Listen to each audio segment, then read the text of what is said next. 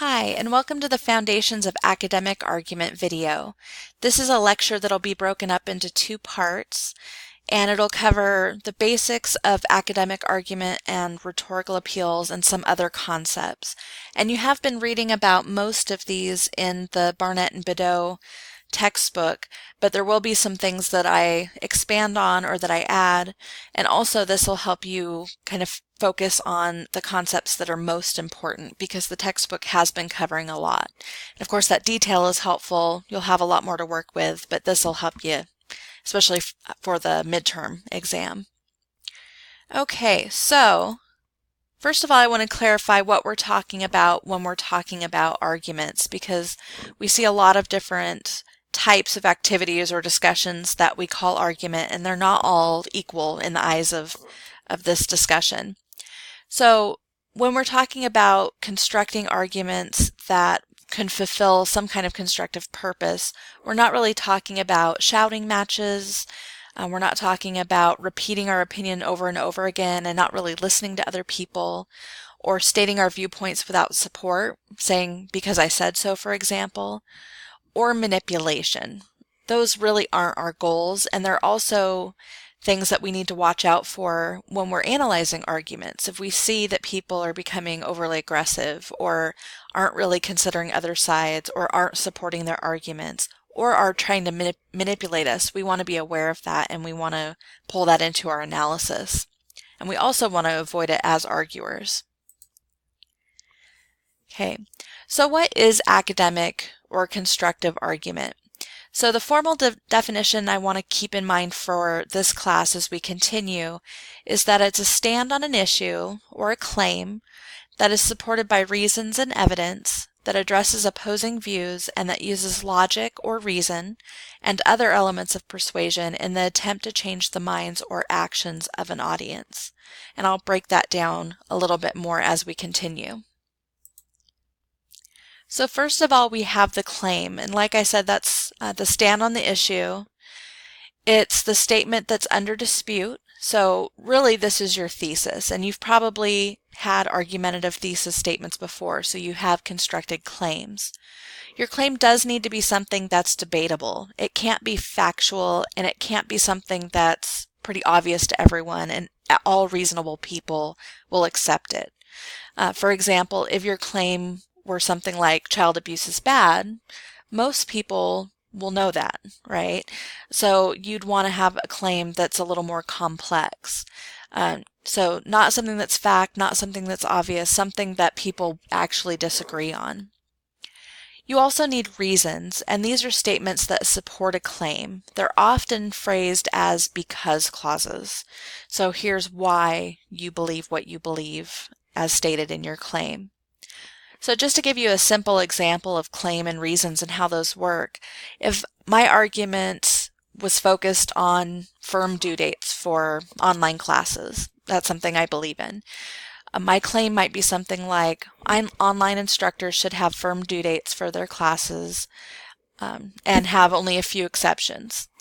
And my reasons would be, first of all, because students are learning skills that they need feedback on, and those due dates allow them to get feedback throughout the quarter. Second reason might be that instructors will become overwhelmed if they get too much work right at the end of the quarter and they won't be able to grade fairly and reasonably. And I could continue. I could have other reasons. And so that's how that structure would work. And then of course we need evidence, proof used to support a claim and reasons. And both facts and opinions can be used as evidence. And of course, facts are going to be most convincing. For example, if I had statistics on how students do when there are firm due dates versus when there are not, you might find that more convincing than my perspective, which is just that I've noticed, students who get the feedback, who can improve, they do better. And so you want to use what you can, try to have facts, but when you're thinking about opinion, focus on that supported opinion. For example, I have my experience teaching that I can use to support my opinion that due dates are important. Okay. So some other things to keep in mind for argument when we're thinking about argument. One is that the word argument stems from the Latin word for silver, which means to make an idea clear. And I always like sharing this with my students because sometimes we get so focused on winning arguments and the idea of winning an argument that we forget that argument can really just be used to make an idea clear, to better understand each other or better understand our own positions. And for the purpose of this class, we will focus on academic arguments and reasonable real-life arguments. So I just want to throw that out there because we'll see, of course, you'll see in the media, you'll see in other areas a lot of unreasonable arguments, and we can talk about those a little bit, but we'll mostly be focused on those people who are really attempting to use the methods of argument we're talking about. And of course, I'm going to expect you to be reasonable and to use these methods as well. Something else that's important is that most arguments have multiple sides or viewpoints. There are rarely just two positions, and we often forget that in our polarized society.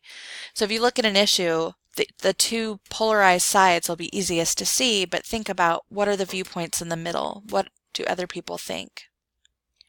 And then something else to keep in mind is that arguments cannot prove anything because claims can't be facts. Instead, arguments can change minds or actions. They can bring about compromise. They can help people understand each other a little bit better. But if you're aiming to win and prove something once and for all, it takes a lot of stubbornness to think you've done that. It's, really you're just changing minds or not. Okay, so a few other important terms. We have rhetoric, which is the art of persuasion. Keep in mind that this isn't necessarily a negative term, so we do use it in a negative context, saying, for example, I'm tired of politicians and their rhetoric, but really it's using all of these methods we're talking about in order to persuade, and that can be done with a positive purpose.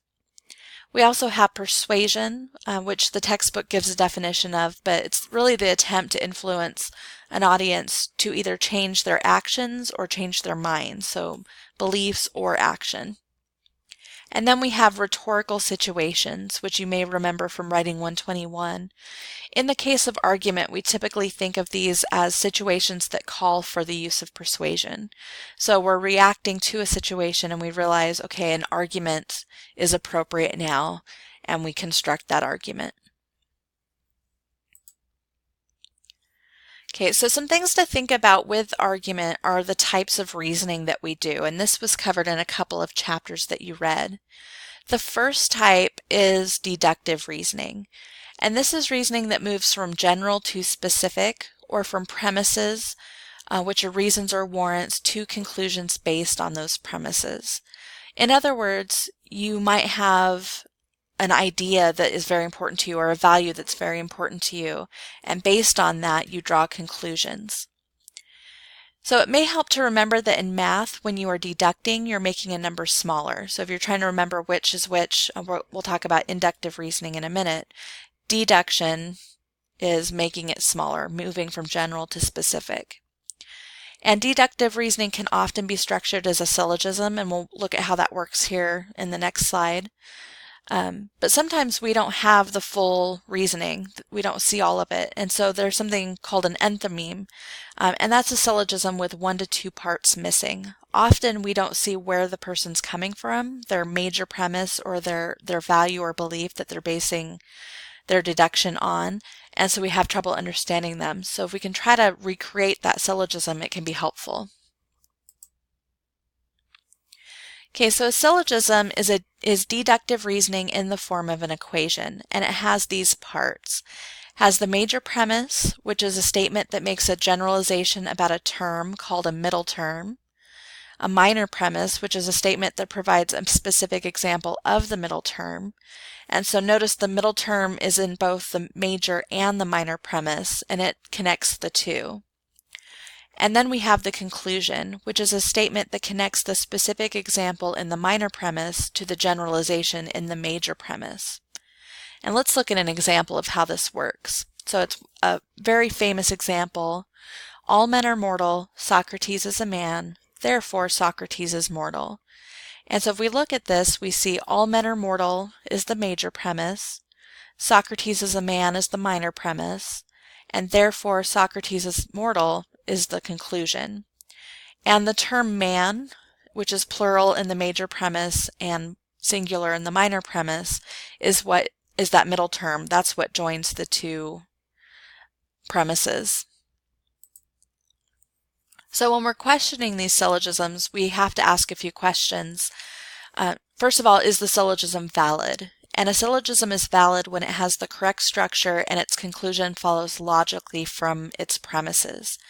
And of course, the textbook reading gets into a lot more detail on this, but I just want you to know the basics that, okay, if the two terms or the middle term connects the major and minor premise, it makes sense that the one would follow from the other and the conclusion makes sense, then it's logical. And we're not going to get into the complexities of that too much. A syllogism is true when both its major and minor premises are consistent with the facts. So I can't say all men can fly, or all humans can fly. I am a human, therefore I can fly. And it won't make sense in that way, right? It has to be true. So a syllogism is going to be sound when it's both valid and true. And when we're looking at syllogisms, we want to think, is it valid? Is it true? Therefore, is it sound? And really with your reasoning, just be thinking, okay, does my logic make sense? Am I basing my logic on truth? Therefore, is my logic sound? Okay. Next, we have inductive reasoning. And inductive reasoning is reasoning based on observations and/or evidence. So this uses inferences. We have evidence, we see, for example, in police work, there's maybe a broken window, the glass on the floor, there might be some things missing from a home, and based on that, the evidence would suggest that there's been a break-in and robbery. So that's what we see with induction. And inductive reasoning is either strong or weak. The more evidence or examples that we have, the stronger an argument based on inductive reasoning will be. And that's why with police work, for example, when a case is being built, the police try to have as much evidence as possible, not just circumstantial evidence, of course, which would be very weak, but possibly DNA evidence. If it's a crime that involved a weapon, they, want to have that weapon. Motive, opportunity, all of those things would be really important. And the more evidence they have, the better their case will be. And we have kind of the same responsibility when we're looking at a situation or, developing an argument. The more evidence we have, the stronger our inductive reasoning is going to be and the stronger our argument will be. So induction can move in some other ways as well. Of course, we have the generalizations based on specific evidence, gathering that evidence, drawing a conclusion. But we can also make inferences off of consistent observations. If we see something happen repeatedly, we're going to draw conclusions from that. We can also make conclusions about specific examples based on consistent observations or experience. So in other words, if I see something happen a lot, I can guess that the next time the same situation occurs, it might happen again. And then we have particular to particular, and this is when we've experienced something and we see a similar situation and we think, well, this might be like that one situation, and we draw that conclusion. We have to be careful with inductive reasoning, though, because there are a lot of mistakes we can make as we draw inferences, and a lot of those are based on not having enough evidence. One is an overly broad generalization or hasty generalization, and this is when we take one or just a few examples and we apply it to everything. So stereotyping works this way, for example. There's also, that connects to insufficient evidence, which is evidence that's not representative, it's not typical, or maybe it's just biased evidence. And so you want to make sure you have plenty of evidence. Or sometimes you have irrelevant evidence. And this is when evidence doesn't really directly support your claim or reasons. It's off topic. For example, focusing on people's looks or weird personality traits that aren't really problematic when we're looking at elections. That's irrelevant evidence. And then I'm going to continue other errors in the next video. I can only record for 15 minutes.